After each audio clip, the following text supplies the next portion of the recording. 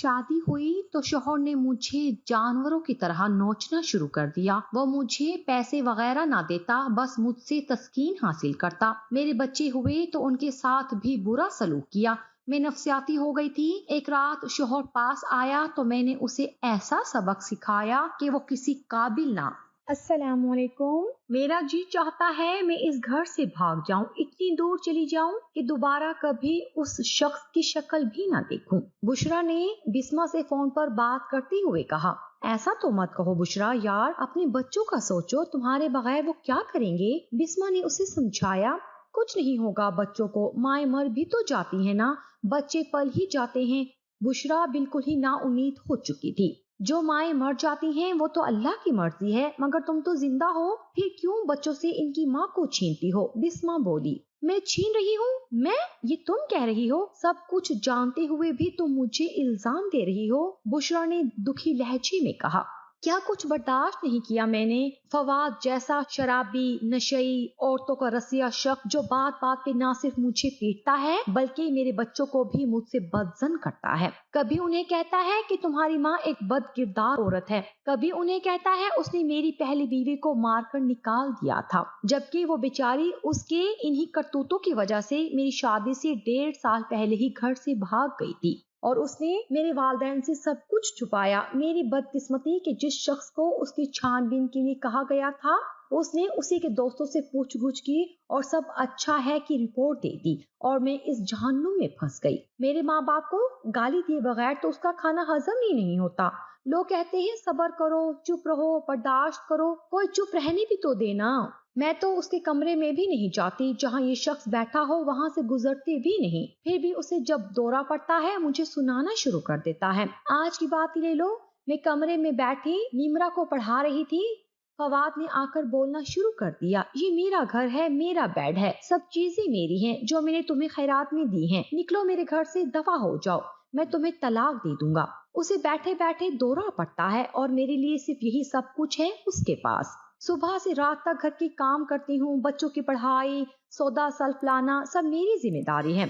सिर्फ छत और खाना देकर ये शख्स जितनी मेरी तजलील करता है, इससे तो बेहतर है मैं किसी के घर काम करने लग जाऊं। वो भी क्वार्टर और खाना तो दे ही देंगे मुझे और तनख्वाह भी मिलेगी। फवाद से तो अगर मैं बच्चों के लिए एक के कपड़े जूते भी मांगू तो वो घर से निकल जाने को कहता है। नहीं है मेरे पास पैसे, जाओ, जो शख्स तुम्हें सब कुछ ले देता है उसके पास चली जाओ। भला ये भी कोई बात है करने वाली? अपनी गर्लफ्रेंड के लिए तुम्हारे पास 30-30 हजार है, उन्हें लेकर देने को ब्रांडेड कपड़े, जूते, परफ्यूम्स के पैसे हैं, नहीं है तो सिर्फ अपने बच्चों के लिए कुछ नहीं है। खाना खाने बैठती हूँ तो कहता है ऐश करो, कहाँ खाए होंगे तुमने ये खाने, खाओ खाओ और खाओ। तुम जानती हो मेरे माँ बाप ने हमें हमेशा अच्छा खिलाया पिलाया और बेहतरीन रहन सहन दिया। बाबा ने तो कभी इसकी तरह मम्मा को और हमें ताने नहीं दिए। मर्द कमाता ही किस लिए है? अपनी फैमिली के लिए ना। मेरे बच्चे तो बाप से किसी टॉफी के लिए भी नहीं कहते कि बाप उन्हें भी ताने देने लगता है। कहाँ से लाऊं पैसे, डाका मारूं या बैंक लूटूं? तुम लोगों की तो फरमाइशें ही खत्म नहीं होती। बच्चे माँ बाप से नहीं कहेंगे तो किससे कहेंगे? शुक्र है मेरे बहन भाई मुझे हमेशा ही कुछ न कुछ भेजते रहते हैं। मेरे और बच्चों के कपड़े, जूते और दीगर जरूरियात तो उन्हीं की वजह से पूरी होती हैं। अगर वो ना हो तो हम तो भीख मांगे। क्या सिर्फ छत और खाना देना ही मर्द की जिम्मेदारी है? क्या सिर्फ अपनी जिस्मानी तस्कीन के लिए बीवी के पास जाना ही शादीशुदा जिंदगी है? बीवी से बातचीत, उसका दुख सुख में साथ देना, बच्चों के बारे में बात करना, बीवी के साथ कहीं आना जाना, ये सब एक बीवी का हक नहीं है? बच्चों की फीस देने पर भी मुझे हर माँ सुनाता है, मेरे पास नहीं है इतने पैसे की मुट्ठियां भर भर कर उन पर जाया करूं, डाल दो इन्हें किसी मदरसे में। तुम जानती हो आयला की एडमिशन फीस 50,000 मैंने अपना गोल्ड बेच कर अदा की थी और 5,500 महाना उसे मुठियां भर भर के नजर आता है। लोग अपने बच्चों के लिए हजारों की फीसें भरते हैं महाना, उसे 3 बच्चों की 11,000 फीस भरना आजाब लगता है। तो किसने कहा था शादी करो और बच्चे पैदा करो? मैं तो वसीम की पैदाइश के बाद ही समझ गई थी जब उस शख्स ने मुझे हुक्म दे दिया था। पैम्पर्स की क्या जरूरत है, कपड़े की नैपीज बना लो, मैं अफोर्ड नहीं कर सकता इतने महंगे पैम्पर्स और ना ही डब्बे के दूध की आदत डालना इसे। फिर जैसे मैंने ऑपरेशन के बाद अकेले घर और बच्चे को पाला मैं ही जानती हूँ, उसे तो अपनी दोस्तों से ही फुर्सत नहीं थी, मगर जिस रूह को इस दुनिया में आना है तुम इसे कैसे रोक सकती हो बुशरा? बिस्मा ने कहा। कितनी दुआएं मांगी थी मैंने अल्लाह से कि वो दूसरा बच्चा ना दे मुझे, और अगर दे भी तो बेटियां ना दे, मगर मैं बदनसीब। मेरी दुआओं में इतना असर होता तो मैं आज इन हालों में थोड़ी ही होती। बुशरा सिसकी। ऐसे तो मत कहो, कितनी प्यारी बेटियां हैं तुम्हारी, और बेटियां तो रहमत होती हैं। बिस्मा ने उसे समझाया। प्यारी तो हैं, मगर मुझे ये धड़का लगा रहता है कि कहीं इनका नसीब भी मेरे जैसा ना हो। फिर जिन लड़कियों को उनका बाप धोखा देता है उनकी बदुआएं भी तो मेरी बेटियों को ही लगेंगी ना। मेरा दिमाग फटने लगता है ये सब सोच सोच कर। मैं अब और बर्दाश्त नहीं कर सकती बिस्मा। बुशरा ने बाकायदा हिचकियां लेकर रोना शुरू कर दिया। चुप हो जाओ बुशरा प्लीज, कहाँ जाओगे 3 बच्चों को लेकर? वालदैन तो तुम्हारे रही नहीं, भाई अपने अपने घरों वाले हैं, क्या भाभियां रखेंगी तुम्हें अपने घरों में? बिस्मा ने पूछा। बच्चे वो साथ ले जाने देगा मुझे? वसीम का दिमाग तो वो वैसे ही मेरे खिलाफ इतना भर चुका है कि वो तो मेरी बात मानना तो दूर, मेरी शक्ल देखने का भी रवादार नहीं है। जरा तसव्वुर करो, मेरा 10 साल का बेटा मुझसे इतनी नफरत करता है कि मुझे बाप की तरह खाना खाने और इस घर में रहने की ताने देता है, और कहता है कि मैं यहाँ से चली क्यों नहीं जाती। रह गई बच्चियाँ तो वो बेचारी अभी छोटी हैं, बाप की मार पीट पर सहम कर मुझसे लिपटती हैं, तो वो जालिम इन्हें खींचकर दूसरे कमरे में बंद कर देता है। ये बेचारी रोने के अलावा क्या कर सकती हैं? मुझे तो निकलने को कहता है, मगर बच्चे कभी नहीं देगा।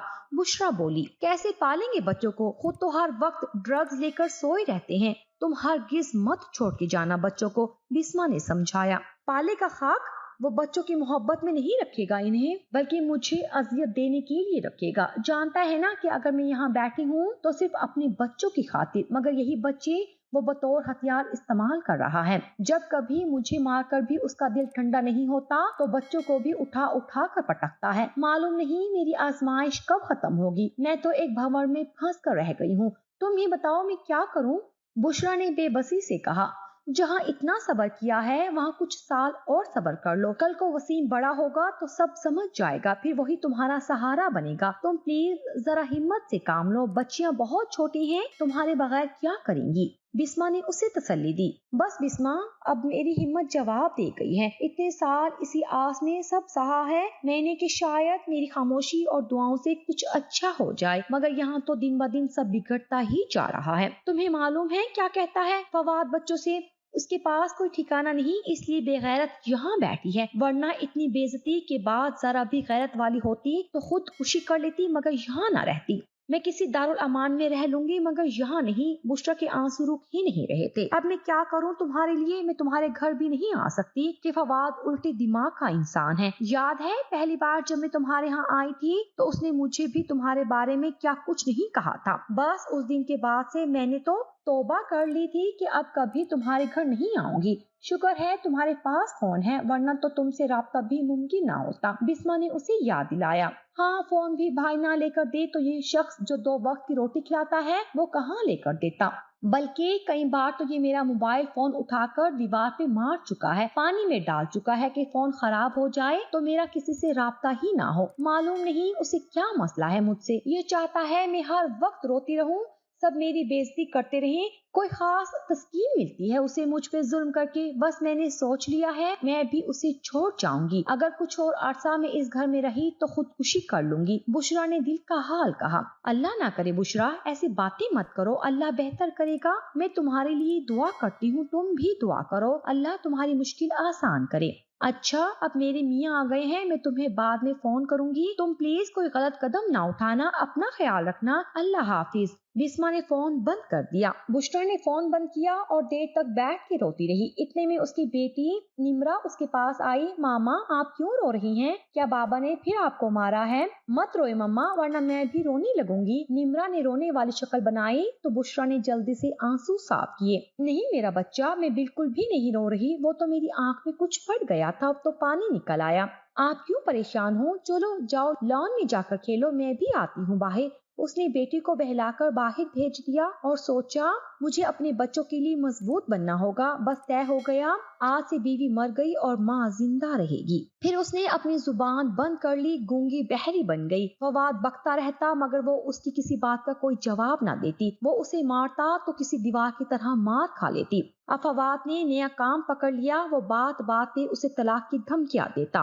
بولو نا، بولتے کیوں نہیں؟ اچھا اب جواب نہ دیا تو میری طرف سے ایک طلاق ہے تمہیں۔ یوں نہ جانے کتنی ہی بار وہ اسے طلاق دیتا اور پھر رجوع کر لیتا۔ بشریٰ بے حد مایوس اور پریشان تھی مگر یہ بھی جانتی تھی کہ جب دنیا کا ہر شخص انسان کا ساتھ چھوڑ دیتا ہے تو اللہ کی ذات اسے تنہا نہیں رہنے دیتی۔ اس نے گھر کے کام نپٹائے، بچوں کو کھانا کھلا کر سلایا اور خود بھی لیٹ گئی مگر نیند آنکھوں سے کوسوں دور تھی۔ اس نے کسی عالم کی ای میل آئی ڈی گوگل کرنی شروع کر دی اور ایک عالم دین کو اپنا سارا مسئلہ لکھ بھیجا۔ انہوں نے چند دن بعد بڑا تفصیلی جواب لکھا۔ بیٹا، آپ کا مسئلہ بہت گمبھیر ہے، آپ کے پاس خلا کا آپشن موجود ہے مگر اس صورت میں شاید بچے جہیز بھی چھوڑنا پڑے اور شوہر کے مطالبے پر رقم بھی اسے دینی پڑے گی۔ اگر آپ بچوں کو نہیں چھوڑ سکتی ہیں اور آپ کو یہ خدشہ بھی ہے کہ شوہر آپ کو طلاق دے کر گھر سے نکال دے گا تو کچھ تسبیحات ہیں، انہیں پڑھیے اور تہجد پڑھ کر دعا کیجیے اللہ آپ کے حالات میں بہتری لائے اور آپ کے لیے آسانیاں پیدا کرے۔ جب کبھی یہ گمان ہو کہ آپ کا شوہر آپ کو اذیت دینے کے لیے گھر سے نکال دے گا تو اللہ اکبر پڑھیے کہ صرف اللہ کی ذات ہی اعلیٰ اور عرفہ ہے اور اس کے حکم کے آگے کسی کی نہیں چلتی۔ اس دن بشریٰ نے وہ تمام تسبیحات اپنا ورد بنا لی اور فجر سے 15 منٹ پہلے اٹھ کر تہجد پڑھ کر سجود میں اپنے شوہر اور بچوں کے لیے دعا کرنے لگی۔ فواد کے معمولات میں تو کوئی فرق نہ پڑا کہ ہدایت بھی اسے ہی ملتی ہے جو اس کا طالب ہو۔ جب اس کی ماں کی دعائیں اس کو سدھار نہ سکی تو وہ کیا چیز تھی، مگر یہ ضرور ہوا کہ اس کی طبیعت میں ٹھہراؤ اور سکون آتا گیا۔ وہ فواد سے بے نیاز ہوتی گئی اور اللہ پہ توکل بڑھتا گیا۔ ماہوں سال گزرتے گئے، وہ چپ چاپ فواد کا ہر ظلم برداشت کرتی رہی۔ جب تکلیف حد سے سوا ہو جاتی تو اپنے رب سے اس کی شکایت کرتی، جس پر بات بھی نادم بھی ہوتی کہ وہ صبر نہ کر سکی۔ فواد کی حالت دن بدن بگڑتی جا رہی تھی۔ نشے کی وجہ سے اس کی ذہنی اور جسمانی حالت بالکل تباہ ہو کر رہ گئی تھی۔ ایسے ہی ایک دن اسے فالج کا اٹیک ہوا اور وہ مفلوج ہو کر رہ گیا۔ اب ایک اور ذمہ داری بشریٰ کے کندھوں پر پڑ گئی تھی، ایک ایسے شخص کی خدمت کرنا جسے وہ دل کی گہرائیوں سے نفرت کرتی تھی، مگر اس نے اللہ کی رضا کی خاطر اس کی دیکھ بھال کی اور اسے معاف کر دیا۔ جو ہی فواد بولنے کے قابل ہوا اس نے پھر سے بدزبانی شروع کر دی۔ بعض اوقات بشریٰ سوچتی جانے کون سا گناہ ہے جس کی سزا اللہ تعالیٰ اسے اس دنیا میں ہی دے رہے ہیں اور اس کی زندگی میں سکون کا ایک پل بھی نہیں ہے۔ پھر وہ نماز پڑھ کے رب سے ہمت اور حوصلہ مانگتی۔ بچے بڑے ہو چکے تھے مگر فواد میں کوئی تبدیلی نہیں آئی تھی۔ ہاں، یہ ضرور ہوا کہ اب بچے فواد کو ٹوکنے لگے تھے۔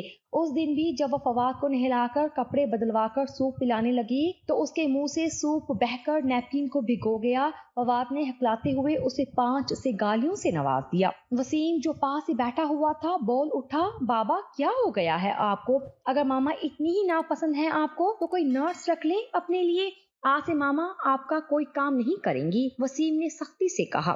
فواد کی زبان کو بریک لگ گئی۔ بشریٰ نے وسیم کو ڈانٹا، بری بات وسیم بیٹا، بابا بیمار ہیں، ایسے بات نہیں کرتے اور یہ میرا اور ان کا معاملہ ہے، آپ کو بیچ میں بولنے کی کوئی ضرورت نہیں، سوری بولو بابا سے۔ سوری، وسیم نے روٹھے پن سے کہا اور کمرے سے باہر نکل گیا۔ بشریٰ کی محنت رنگ لائی اور فواد ایک بار پھر سے چلنے پھرنے کے قابل ہو گیا۔ بچے اب کالج یونیورسٹی میں پڑھ رہے تھے اور ماں کی قربانیوں کو سراہتے تھے۔ ایک دن بشریٰ عائلہ کے کمرے کے باہر سے گزری تو اسے اپنی دوست سے فون پہ بات کرتے سنا۔ تمہیں پتہ ہے انیزہ، میری ماں دنیا کی عظیم ماں ہے، انہوں نے میرے بابا جیسے شخص کے ساتھ زندگی گزار دی اور ہمارے لیے اتنی قربانی دی کہ میری خواہش ہے کہ میں بھی ان جیسی بنوں۔ یہ سن کر بشریٰ کی آنکھوں میں آنسو آ گئے۔ اللہ نے اس کی محنتوں کا صلہ اسے بچوں کی محبت کی صورت میں عطا کر دیا تھا۔